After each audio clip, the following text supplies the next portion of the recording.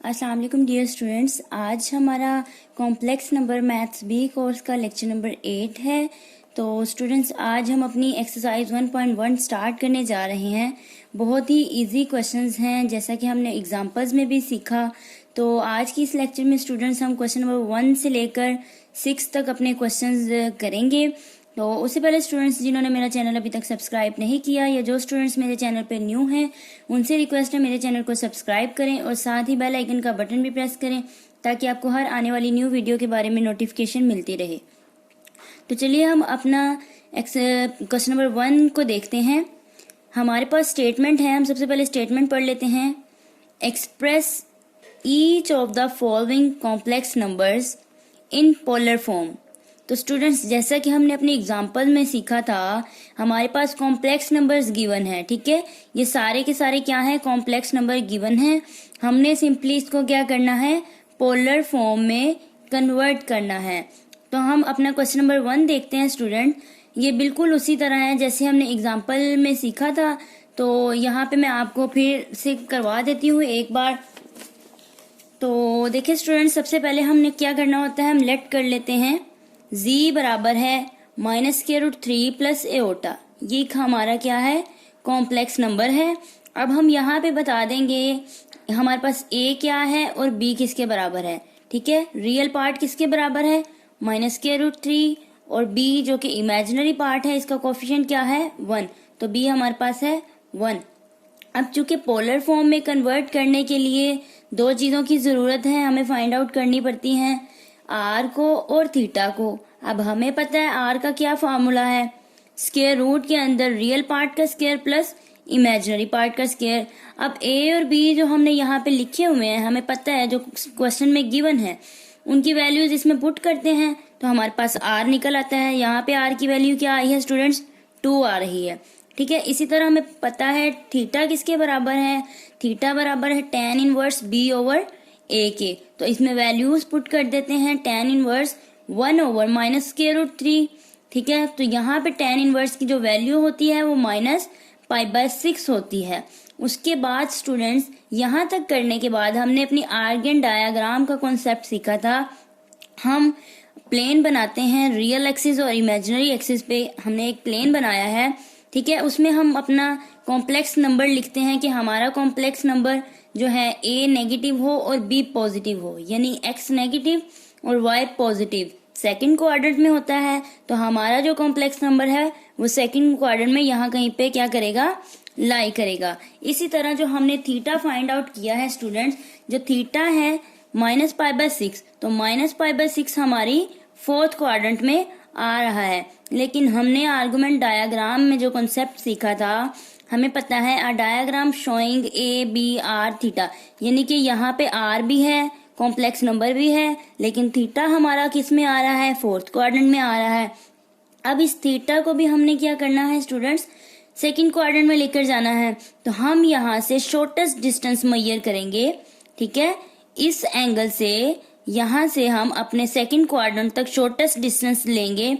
जो भी शॉर्टेस्ट होगा वहां से हमारा फिर आर्गुमेंट ऑफ z निकल आएगा। तो किस तरह से, अब हमारे पास जो शॉर्टेस्ट डिस्टेंस आ रहा है वो इस तरह है। ठीक है, क्लॉकवाइज में आ रहा है ना, सॉरी एंटी क्लॉकवाइज है। तो एंटी क्लॉकवाइज है तो आर्गुमेंट ऑफ z किसके इक्वल होगा, पॉजिटिव। ठीक है, पाई में से हम क्या करेंगे, माइनस कर देंगे किस चीज को, ये हमारे एंगल। ठीक है, एंगल का मॉडुलस, जो एंगल हमारा निकला है वो -π/6 है। तो यहाँ से हमारे पास जो वैल्यू निकलेगी थीटा की, सिंप्लीफाई करके थीटा बराबर है 5π/6। ठीक है, तो सिंस हमें जो पता है, हमें पता है हमारा जो पोलर फॉर्म में कॉम्प्लेक्स नंबर होता है वो किसके बराबर होता है, z बराबर होता है r cos of theta plus iota sine of theta. तो इसको शॉर्ट फॉर्म में हम r सिस थीटा भी लिख सकते हैं। तो r की वैल्यू 2 आई है और सिस थीटा की वैल्यू क्या आई है हमारे पास, 5π/2। तो हम यहाँ पे थीटा की वैल्यू लिख देते हैं। ठीक है स्टूडेंट्स, इसी तरह ये हमारे पास क्वेश्चन नंबर 2 है।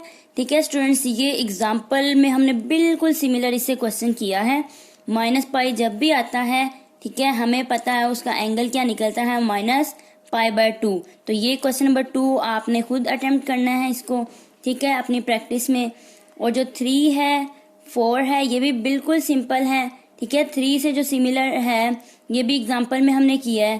क्वेश्चन नंबर 4 भी बहुत सिंपल है, ठीक है, एग्जाम्पल्स में सारे कॉन्सेप्ट क्लियर हो चुके थे। अब मैंने मजीद आपको एक पार्ट करवा दिया है, ठीक है, तो आपने बिल्कुल इसी तरह से 3 और 4 भी कर लेना है। तो स्टूडेंट्स अब हम अपने पार्ट नंबर 5 की तरफ चलते हैं। क्या गिवन है? -2 + 2 एओटा इंटू 1 - एओटा, ठीक है, ये हम देख रहे हैं यहाँ पे हमारे पास दो कॉम्प्लेक्स नंबर हैं और दोनों का प्रोडक्ट है, ठीक है। तो अब हम पोलर फॉर्म में तो तभी कन्वर्ट करेंगे जब हमारे पास कोई एक फॉर्म आएगी कॉम्प्लेक्स नंबर की।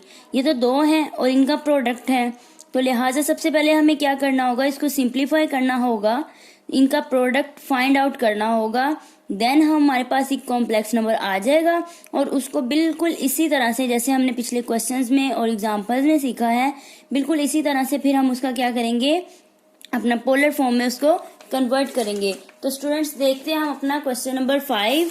तो क्वेश्चन नंबर 5 है हमारे पास, लेट कर लेना है सबसे पहले z बराबर है -2 + 2 एओटा इंटू 1 - एओटा। अब इसका प्रोडक्ट हम फाइंड कर लेते हैं। हमने सिंपल क्या करना होता है, एक कॉम्प्लेक्स नंबर लेते हैं हम, ठीक है, इसको पहले पार्ट रियल को इस वाले के साथ भी मल्टीप्लाई करना है, फिर पहली टर्म को दूसरी टर्म के साथ भी मल्टीप्लाई करना है, ठीक है, और उसके बाद सेकंड को सेकंड के साथ करना, फर्स्ट के साथ भी करना है और सेकंड के साथ भी करना है। ये तो स्टूडेंट्स सिंपल प्रोडक्ट मल्टीप्लाई करने का तरीका है। लेकिन स्टूडेंट्स आपको याद होगा हमने अपने एक लेक्चर में, जो कि आई थिंक कॉम्प्लेक्स मल्टीप्लिकेशन था, उसमें हमने सीखा था कि अगर हम चाहते हैं हमारा टाइम सेव हो और हम डायरेक्ट ही रियल पार्ट हासिल करें और डायरेक्ट ही हमारे पास इमेजिनरी पार्ट भी आ जाए, तो उसके लिए हमारे पास एक रिजल्ट था। हमने उसमें सीखा था कि रियल पार्ट हासिल करने के लिए हम क्या करते हैं, फर्स्ट पार्ट को फर्स्ट के साथ मल्टीप्लाई करते हैं, माइनस लगा देते हैं, फिर सेकंड पार्ट को सेकंड के साथ मल्टीप्लाई कर देते हैं, ठीक है। इस तरह से हमारे पास रियल पार्ट हासिल हो जाएगा, प्लस एओटा लगा के, यानी कि इमेजिनरी की बारी। अब इमेजिनरी पार्ट किस तरह से आता है, फर्स्ट पार्ट को हम सेकंड से मल्टीप्लाई करते हैं, प्लस सेकंड को फिर फर्स्ट से मल्टीप्लाई करें तो हमारे पास क्या आ जाएगा, इमेजिनरी पार्ट आ जाएगा। मैं फिर से रिपीट कर देती हूँ स्टूडेंट्स, अगर हम डायरेक्ट ही रियल और इमेजिनरी पार्ट हासिल करना है तो रियल पार्ट हासिल करने के लिए आपको क्या करना है, पहले वाले को पहले के साथ मल्टीप्लाई करना है और माइनस लगा के सेकंड वाली टर्म को सेकंड वाली टर्म से मल्टीप्लाई करना है।